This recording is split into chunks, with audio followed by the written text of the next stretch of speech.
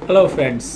तो आज का जो टॉपिक्स हमारा है, जिसके ऊपर आज हम लोग जो डिस्कशंस करेंगे, उसका नाम है पोर्टफोलियो मैनेजमेंट। पोर्टफोलियो मैनेजमेंट क्या होता है कि आप पोर्टफोलियो ऐसे समझिए कि आप जो स्टॉक, शेयर मार्केट या म्यूचुअल फंड्स में जो खरीदते हैं और जो बेचने के बाद आपके लेफ़्ट ओवर जो आपके डीमैट्स अकाउंट में बचता है या आपके म्यूचुअल फंड के जो फोलियो जो आपका है, उसे हम पोर्टफोलियो कहते हैं।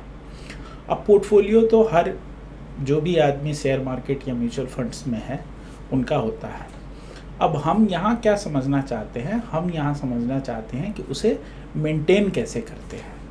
मेंटेन करना मीन्स आपको ये देखना है कि आपका जो इन्वेस्टमेंट है वो आपका जितने भी आज के समय में इन्वेस्टमेंट एसेट्स क्लास है उसमें है या नहीं, प्लस ये देखना कि किस म्यूचुअल फंड में, शेयर में, ईटीएफ में आपका प्रॉफिट हो रहा और किसका प्रॉफिट या मान लो प्राइस जो है डाउनवर्ड आ रहा, उसे हम कैसे कंट्रोल करें।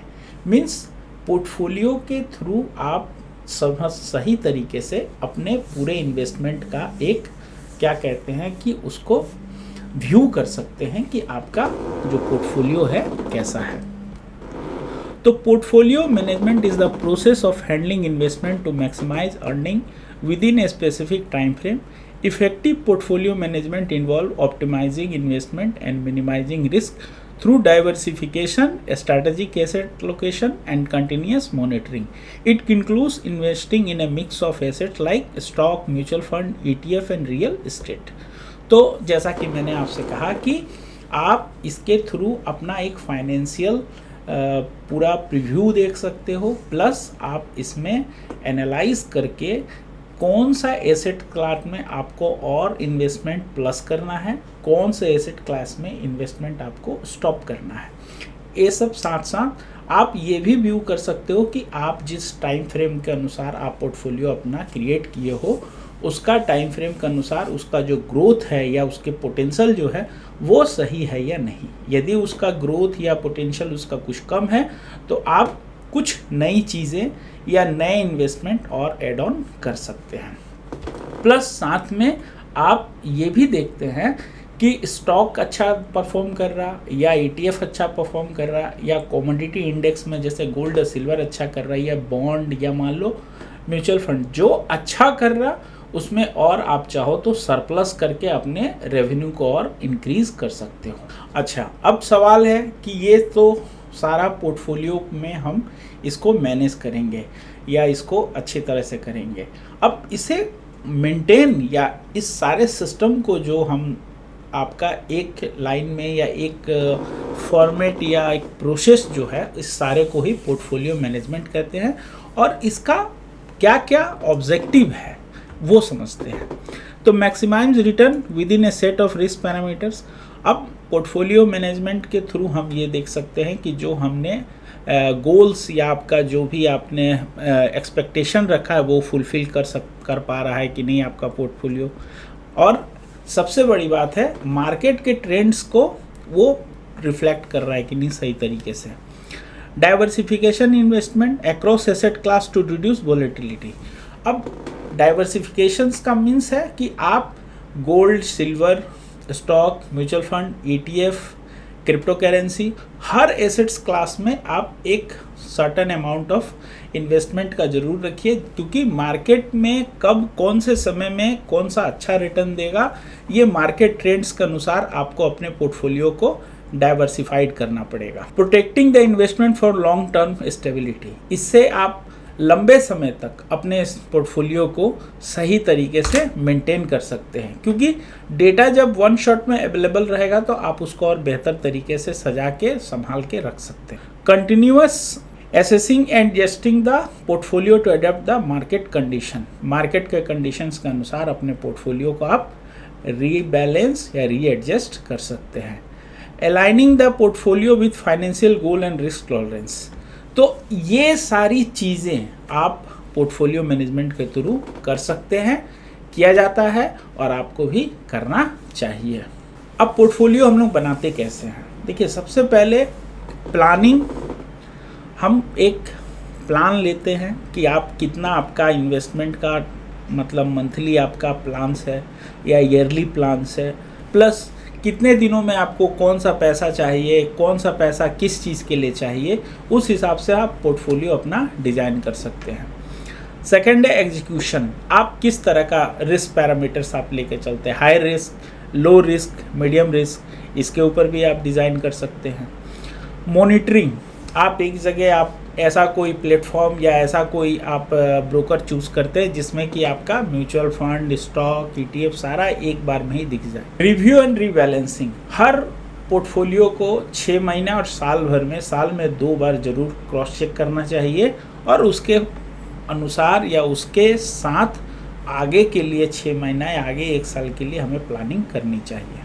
अब पोर्टफोलियो, मान लीजिए कि आपको हम कुछ एग्जांपल्स देते हैं जिसमें आप अपना पोर्टफोलियो स्टार्ट कर सकते हैं। देखिए, पोर्टफोलियो ऐसा है कि हर इनकम क्लास का अलग अलग स्टेज होता है। कोई 5,000 लगाता है, कोई 50,000, कोई 5 लाख, कोई 5 करोड़। तो मेरा यहाँ व्यू है कि उन छोटे छोटे इन्वेस्टर या हाउसवाइफ या जो अर्ली अर्निंग अपना जो अभी नए नए ही बिजनेस या जॉब कर रहे हैं उनके लिए है। तो आप चाहो तो 50 रुपये का भी, आप 50 रुपये से कम में भी आप पोर्टफोलियो डिफाइन कर सकते हो।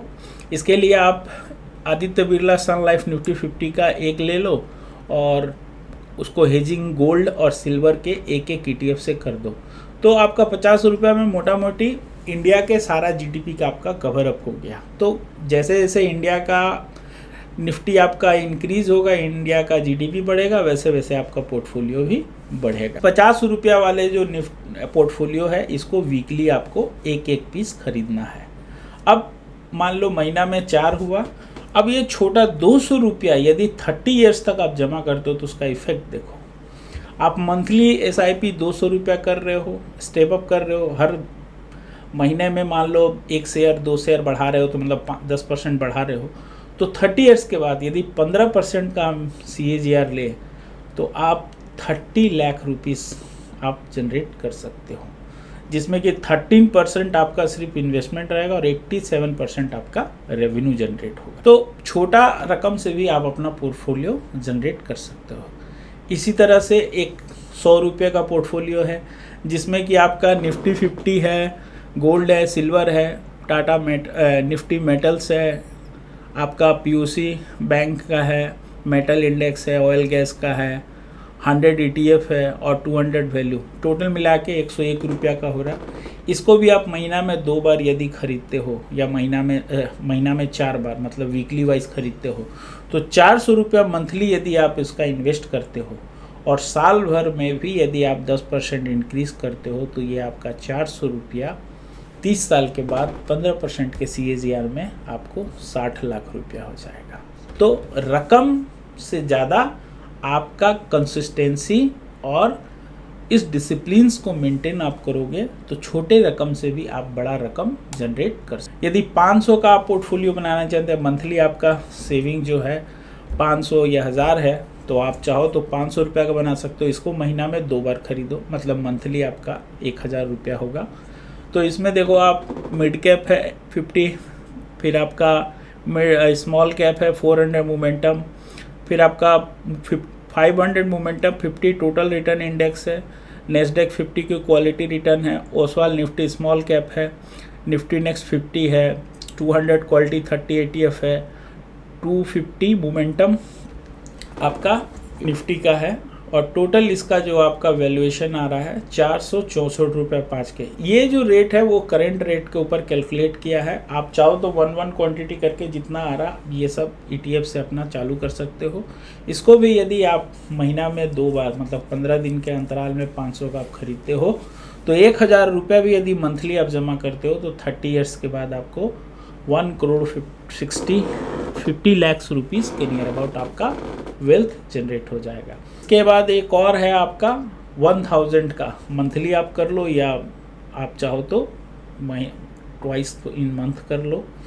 तो 2000 का यदि होता है तो 2000 आप 30 साल तक जमा करते हो तो 3 करोड़ के नियर अबाउट आप पैसा बना सकते हो। तो कहने का होलसेल ये मतलब है कि आप छोटे रकम से भी आप पोर्टफोलियो जनरेट करके अच्छा पैसा बना सकते हो। बस आप जो डिसिप्लिन या जो रूल्स या जो स्ट्रेटेजी अपनाओ उसको कंटिन्यू अपना पेमेंट जो है अपना जो SIP है उसको कंटिन्यू करते जाओ। ये मत कहो कि बड़ा पैसा होगा तो पैसा जमा होगा, ऐसा कुछ नहीं है। आप छोटे पैसे से भी शुरू कर सकते हो और अपना पोर्टफोलियो डिज़ाइन या परफॉर्मेंस के अनुसार आप उसको एनालाइज करके ऐड या सब्सट्रैक्ट कर सकते हो। तो मैंने यहाँ आपको इस वीडियो में 50 रुपये का, 100 रुपये का, 500 रुपये का, 1000 रुपये का पोर्टफोलियो बनाया। आपकी जितनी भी सेविंग कैपेसिटी मंथली एक्सपेंस के बाद बचते पैसे को आप चाहो तो इसमें इन्वेस्ट करके और उसको कंटिन्यू करके एक समय तक, एक ड्यूरेशन में आप देखोगे कि अच्छा वेल्थ, अच्छा रिजल्ट्स आपको मिलता है।